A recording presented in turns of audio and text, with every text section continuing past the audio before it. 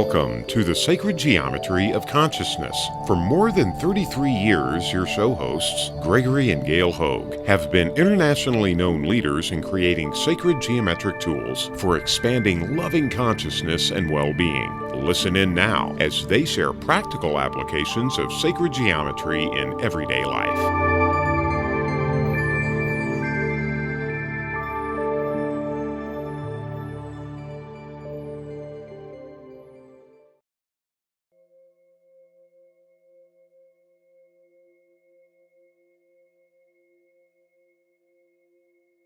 Welcome and thank you for joining us today.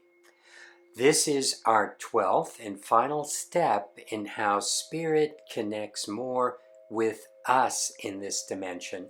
And today we're going to talk about ways you can vibrationally clear a pathway in your environment, in your home, in your workspace, to allow Spirit to come into your life more easily. And a big part of that is you creating sacred spaces. So what I mean by that is sometimes something very simple, even having a picture of people you love on your desk at work, just reminds you every time you look at them of how much you love them, and work with that love to expand. And when you open that up in your heart, that allows Spirit to come through more easily. So what we've done in our home is just work with all the things we love, not only pictures like I was just talking about, but paintings and working with colors and working with all types of little altars everywhere of just things that we love and enjoy. And by bringing those into a balanced space in a corner, an alcove, a nook, what starts happening is you are building a resonant frequency with the crystals, with the shapes, with the natural objects, with the little statues, so that every time you go past them, you are reminded of how grateful you are to be in this body, how grateful you are to be in this world and to be part of this whole dynamic play with Spirit. And so it allows Spirit to come through more easily. And we'll talk more about some of the different things that we're doing. I want to just bounce off of what Gregory just said about gratitude. When it comes down to it, gratitude is primary in our being able to really appreciate and enjoy this life, to work with this in that element of love and appreciation. When we're going through so many different things that go on in our life, it's really hard sometimes to stay on track with that gratitude. We get flung off of our marker when things happen, or when there's an emotional disturbance, or if there's some pressure, if there are financial issues, whatever it is. So as human beings, something that we respond to are different cues, reminders, something that triggers that place to come back, to take that breath, to come back and look at our lives in a meaningful, purposeful way of gratitude. So when we build our environment, we place in our environment here in our home different sacred objects, and some of those could have a spiritual significance. Some of them could have an artistic or a personal significance. It's something that takes me back to the center. When it comes down to it, being able to connect intuitively and spiritually and with the higher levels is what is so important to integrate into everyday life. Now, some people They'll feel the energy in a room. The work of feng shui, for instance, really helps to determine how to work with some of the geoenergetic issues that happen within where we live in a particular home or property. And so if you're interested in checking that out, there's some very good ways of putting some significant pieces in those areas that will help to elevate those portions of a home or an office or a room and balance it for the highest good. So energetically, we've found that working with our geometries are amazing for that because they help to redistribute the energy.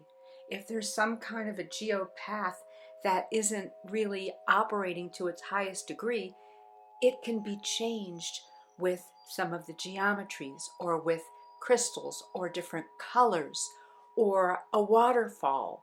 All those kinds of things are really, really helpful.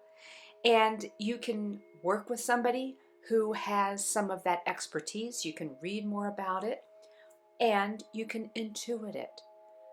Just go through your home or your office and notice, is there a space that I can put more consciousness into that would help remind me of who I am and what my higher purpose really is?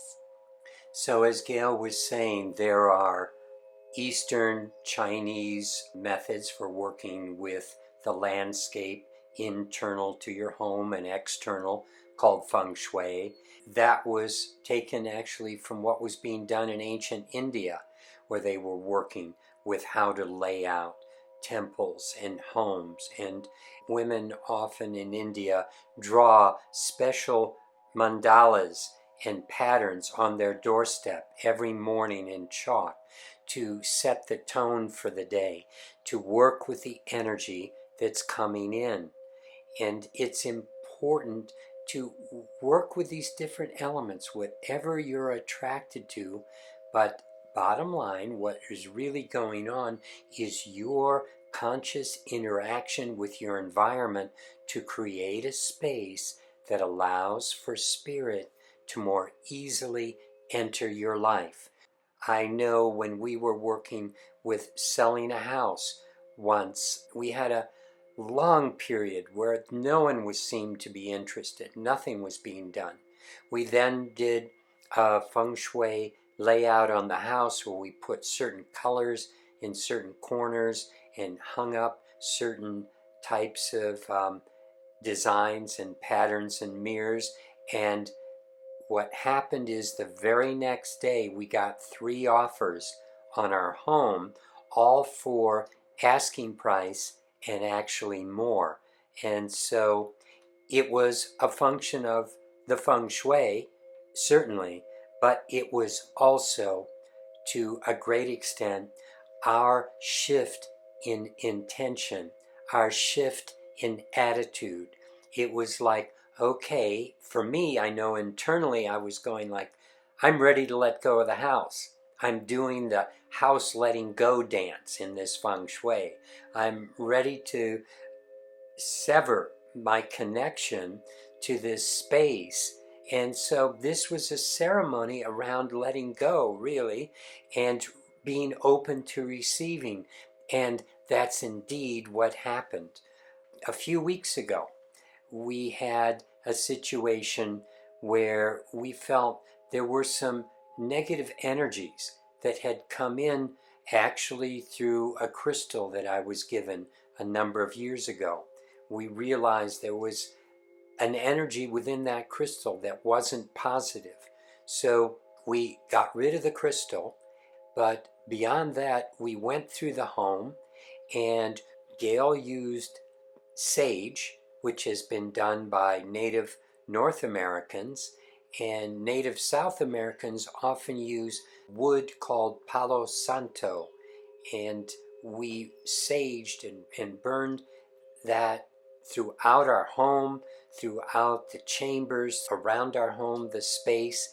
And the purpose was to work with spirit, to work with Mother Earth, to work with the nature spirits. You can call upon them. They will transfer the negative energy into positive earth energy when it goes into the earth. So draw upon spirit and draw upon Mother Gaia to help remove what doesn't serve and bring in what does serve. They are happy to interact with us all the time. Absolutely. And things change. We live in cycles. What might have worked well for you a few years ago may not be what really serves you now. So that's why we go through these ceremonies of things called spring cleaning, where we're going back and releasing what no longer serves us, clearing the space, opening ourselves up for the next level. And so recognizing that we are always growing and shifting and evolving is an important part of developing sacred space. What may have been your absolutely perfect place for an altar or your meditation area or where you sleep, what might have worked for you several years ago may not necessarily be exactly what supports you now. And if you think about, here we are on a planet where we are moving through the galaxy, we are always in motion. Everything is dynamic. And so being aware of what might be the next possibility for bringing you into a higher evolutionary pattern is so important. So periodically go back and just check in, check your spaces and see, what is it that I'm attracted to now? What can I add? What can I take out? What feels right? Doing that kind of an assessment is really important. And it also helps to take things out of your environment that may be actually draining your energy. Sometimes the reminder of something that you haven't completed and is no longer viable. You just don't want to do it anymore. It's best to actually let it go rather than having your subconscious constantly recognizing, oh, there's something else I didn't do. And then we start looking at ourselves in a lesser way. So take the time to also sift through what you have and see what serves you and what doesn't, clearing that space and elevating. When we look out in nature, nature is doing that all the time. Every cycle, trees lose their leaves with trees that are deciduous so that they can come back into their core strength and be prepared for the next cycle of life. And we are like that as well. So the more that we give ourselves the opportunity to come back and realize that everything is really sacred space, how can we work with it, redefine it, redevelop it so that it's most supportive? And I was thinking about something before when Gregory was speaking, that when we think about our physical life, we are a being that begins our evolutionary path in a womb, in a safe space, in a place where we can develop freely and be given the nutrients and the energies that are required for the evolution of the body. And that womb, or that vesica Pisces, is a magical and sacred place that we're in for those 9 months of gestation until we are ready to emerge into the physical life. As human beings, we still need those spaces, those places of sacred quietness, the places where we are nurtured and we can hear, we can listen, we can grow, we can evolve, we can connect to the fullest possibility. So our homes can be that for us. Our offices can be that for us, because they are a place where we use so much of our time and our creative energies. And so let's take that specific opportunity to explore what is going to really suit you in the best way. Also, at the beginning of the conversation, I talked about having an image of people we love on our desk. And I also find that I enjoy images of saints and conscious beings around the house. And we have so many on the back of my computer. Whenever I look at my computer, I have a Chinese saint that I greatly appreciate, Lanto. And throughout the house, we have images and carvings of Kuan Yin. And I remember when we were in China with our daughters on a heritage tour, and we were taken to a shop where we were looking for silk clothes and so forth. The silk shirts were so expensive. Even in China, I thought I didn't want to spend $100, $150 for a shirt. However, when I went around a corner, I saw a weaving of Kuan Yin, and it was so exquisite. There was life to it. And when you look at these images over time with your intent, you can imbue them more and more with the spirit of that saint, with the spirit of that advanced conscious being. So that energy is there supporting you. Like that image of Kuan Yin, which was a lot more than a shirt, but to us, a lot more valuable than a shirt. So we brought it home, and we have it at the bottom of the stairs where we walk down every day. Here is this scroll that's about 6 feet, 7 feet high. And I know as I walk down, I always look in her eyes and put my hand on my heart and say, thank you for this opportunity of living another day, of engaging in life, of doing things, of being of service, and of understanding, of growing. And we have her sitting as a carving on the piano, and there's another carving on our buffet. That's what it is, a buffet. Next to our table, we have her, and we have an 18-armed Buddha that was very ancient and rare, that is there cast in bronze. And all of these images, and a Siddhartha hanging out just with a smile on his face in this one cubbyhole as we go upstairs, and carvings, all these little knickknacks from China and places that we've been that take us into a space of connection, a space of feeling the lightness of life, of feeling the joy of life. I think one of the reasons we're so attracted to Kuan Yin is that things are really shifting right now into embodying more of the feminine and bringing the feminine into our lives so that we can start to embody the energies that Mother Earth is going through. A lot of what's happening right now with climate change is a function of Mother Earth, of Gaia, reflecting what human beings are going through. A massive transition, a massive transformation.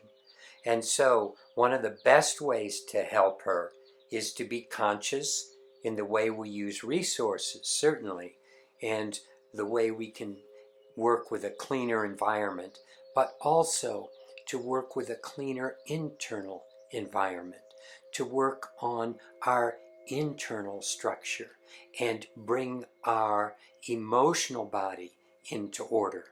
Because always on the outside, what we see is the reflection of our own discord.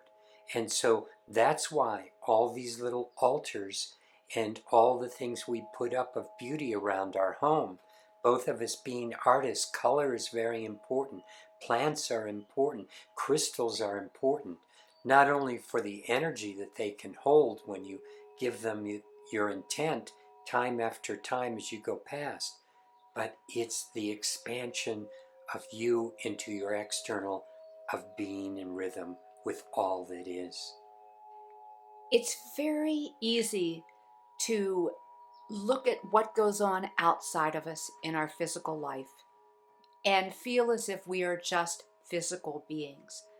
However, what's so unique about a human being is our metaphysical experiences, our metaphysical capabilities to be able to reach those higher levels, the intuitive, the creative, the spiritual. That really defines us in a way that no other being can be defined. And this is a time when we're feeling that there's transformation happening. There's so much. And there's the opportunity to anchor in more life and more light and greater awareness. There's so much that is going on. And so being in that place of recognizing our metaphysical qualities gives us what we really need. That's the nourishment. That's what goes on at night when we're in a deep sleep. We're able to connect in with the higher levels of who we are, whether you call it the unconscious or whatever level of the brain waves. We are utilizing the qualities of who we are that are so important to exercise and express. So setting up our environment to be that in our waking life, as we're just going around and cleaning the house or cooking a meal or having a conversation or even having an argument, any of that can be supported by what we place in our environment that reminds us that we are spiritual beings, that we have metaphysical capabilities that trigger us to go beyond, that really urge us to bring more light, a higher vibration into our lives and onto this planet. So take those moments and reconfigure what's in your environment. Take the cues from outside in those beautiful places in nature that allow you to feel that center of peace and grace and gratitude. Bring them inside and make them part of your everyday experience of your life. And you'll see a significant shift in what you're able to manifest in your life because they help you connect to who you really are. And that is one of the most important aspects of nature, and that is the perfection of nature. When we're there in a natural setting, we are tapping in to that flow of energy, the flow of energy coming from Mother Gaia, the natural rhythms of the water and of the sound of the birds and the bees and things moving around us. And all of these follow patterns and cycles and rhythms that what we've done with the sacred geometry is capture those rhythms and cycles and patterns and distill them, freeze them into a form that actually works like a receptor that can receive the ambient signals and coalesce it into a coherence, a field that radiates out, especially when they're turning on some of the motors that we've developed. What we found is that throughout our house, we have geometries everywhere because they add to the coherence of our internal home that we would feel in the external part of our home, out in nature. And so by having those around, we create coherent fields. That is a field where the energy is smooth, where the energy is connected to the natural order of what is. And that's what really we want to do, each one of us, is connect to the natural order of what is. Again, it's like a C tuning fork that starts to vibrate with a C tone when you play the C tone. And so when we create the natural order of things in our home through the geometries, through the placement of rocks and minerals and stones, through the use of our intent, through the drawing in of certain masters, images that remind us of our transcendent capabilities, when all of these things and beauty is displayed around us, because beauty is just God's way of getting our attention. When we're attracted to something, God is saying, pay attention. This is what's opening you up to your bigger self, to your higher self, as Gail was saying, to your metaphysical self. And so it is when we surround ourselves with all of this beauty. We are surrounding ourselves with spirit. We are surrounding ourselves with God and allowing God and spirit to more easily enter our lives. And it's such a wonderful feeling to use the creative expression of who each one of us is to connect to the magnificence, the beauty, the expansion of human consciousness to the next level. And we're in a precious time right now. Every one of us is being called to step up.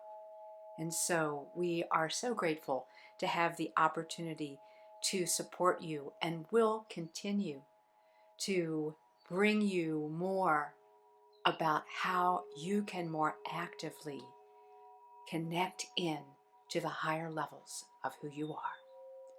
Thank you, and blessings. Blessing.